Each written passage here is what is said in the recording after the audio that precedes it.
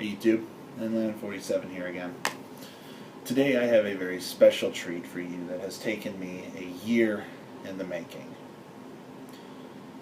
I bought this rifle a year ago, and honestly I didn't see any reviews on YouTube. I didn't find hardly any reviews on the internet, so I kind of played a gamble on this one. Yes, we are talking about the Ruger American Rimfire, chambered in the 17HMR.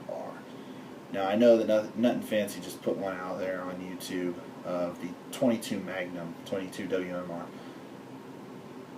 I liked his review because he did kind of throw in other calibers of the rifle, but I would prefer to review just this specific caliber because I know on YouTube there's no reviews, on the internet, like I said, there's no reviews on this thing whatsoever, and I even have people coming to me and asking me if I like this rifle because they're thinking about buying it.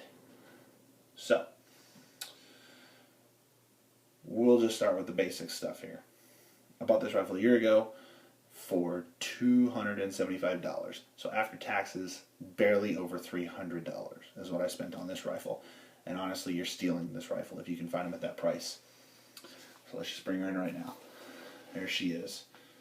Your typical full-length 22-inch barrel Ruger American Rimfire rifle. Bolt action. Very beautiful rifle.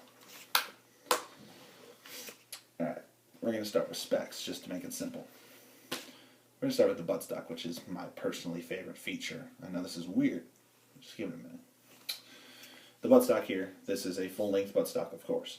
But this little groove right here that you see right along here, you unscrew this bottom piece swivel out, and this whole buttstock will slide off, making it, Ruger calls them combs. You can replace it for a raised cheek piece comb. You can buy shorter ones, you can buy longer ones to fit your just pull. Whatever you need, Ruger makes them for it. As in right here, I have the one that still came with it. This is made for the iron sight usage on this rifle, but my scope is low enough because I like a low profile scope on my rifles, and this fits just perfectly. So, going up a little ways, you got your thumb safety lever. Very positive, very good safety. Works, no problems with it. It was a little sticky at first, but after a little bit of usage, it just eventually works fine. No problems. Going up to here, this is a 60-degree bolt knob.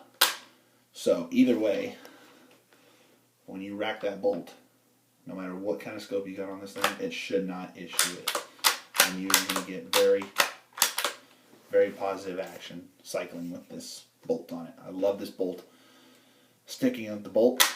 This is the only rifle I've ever bought from a store, straight off the shelf, and it does that. Straight off the shelf. I am not lying to you. This is the smoothest bolt in the world I have ever felt on a rimfire rifle. Most of your 22s, 22HMR, 17s, the bolts are very good to right here, but then you gotta fight it just a little bit sometimes. This one is so smooth.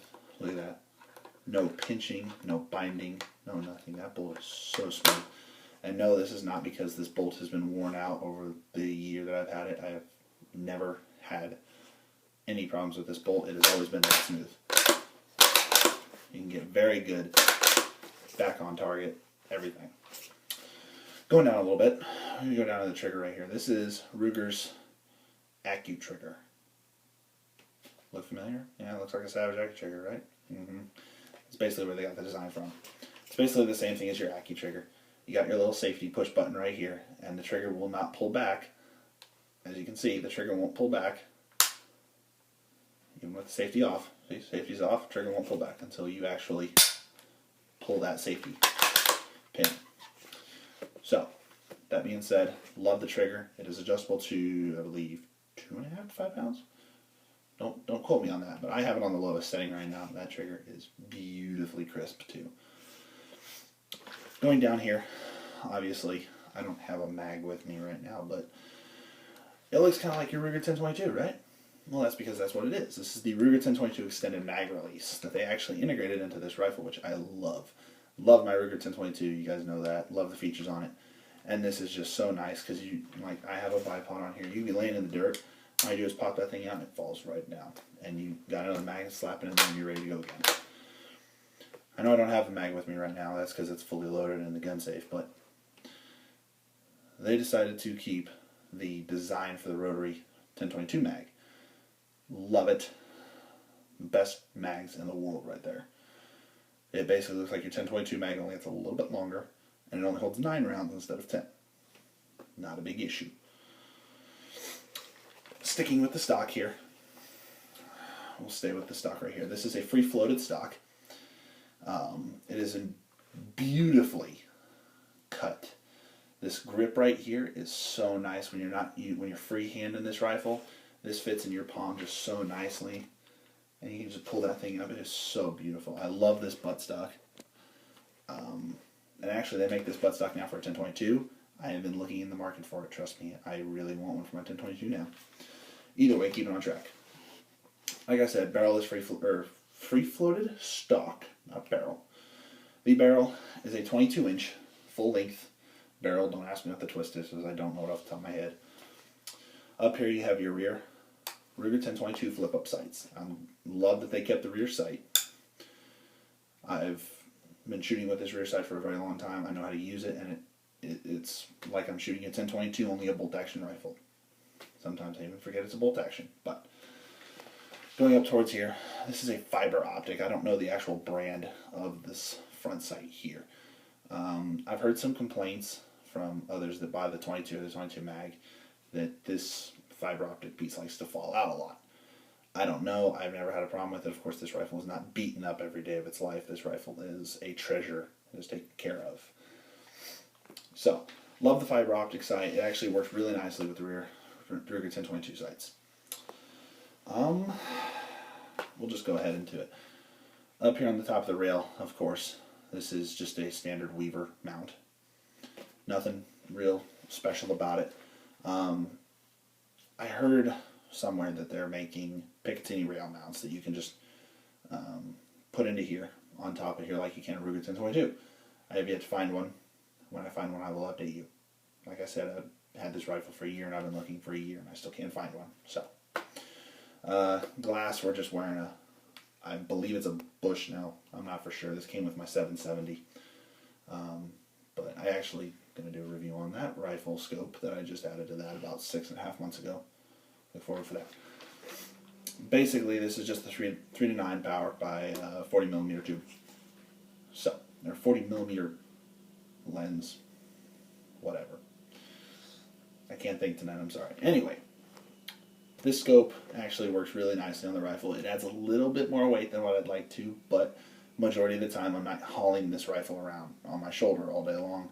This rifle is usually just take it out of the gun case, walk about 5 feet, lay down in the dirt somewhere, and pick off prairie dogs or rabbits or whatever. So, another thing I do like is that it did, like I said, it came with swivel studs. This I like because a lot of the Ruger products out there, they don't actually have swivel studs in the rifles stocks. So this I did not have to do myself, making it so much easier to obviously mount a bipod on it, which I would highly recommend for this rifle. This rifle is accurate enough to reach ranges up to 200 yards. Matter of fact, my longest confirmed kill right now is about 187.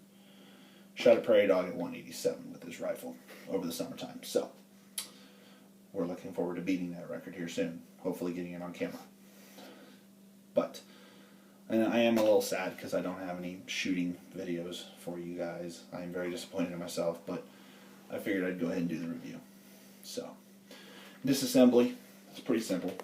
If you look on the left-hand side of the receiver here, you'll see this little switch. All you do is press that in, your bolt slides right out. Voila. Well, we're actually going to go back on the bolt here. We're going to go back to the bolt here. I like this bolt. It is a stainless steel bolt. It is a very nice bolt. Very smooth, like I said. The one thing I do like about this bolt is that ejector right there. I don't have any dud rounds or empty casings right now to show you, but let me be the first to tell you this ejector works amazingly well. You could be lying in prone and just flip it up and pull it back like that, and that shell flies. You don't have to put any pressure on it whatsoever. This thing will launch. Kid you not, it scared me a little bit at first. It's like, what's wrong with this rifle? But no. So, what this rifle is actually, I'm going to label this rifle as the $300 steal. You can buy this rifle to throw in your pickup truck, to bang up on in your car. You can use it for, like I use it. I like it for precise varmint shooting. Something to go out, fun to shoot, enjoy it. So, I actually have one paper target around here somewhere for accuracy wise. Give me just 1 second.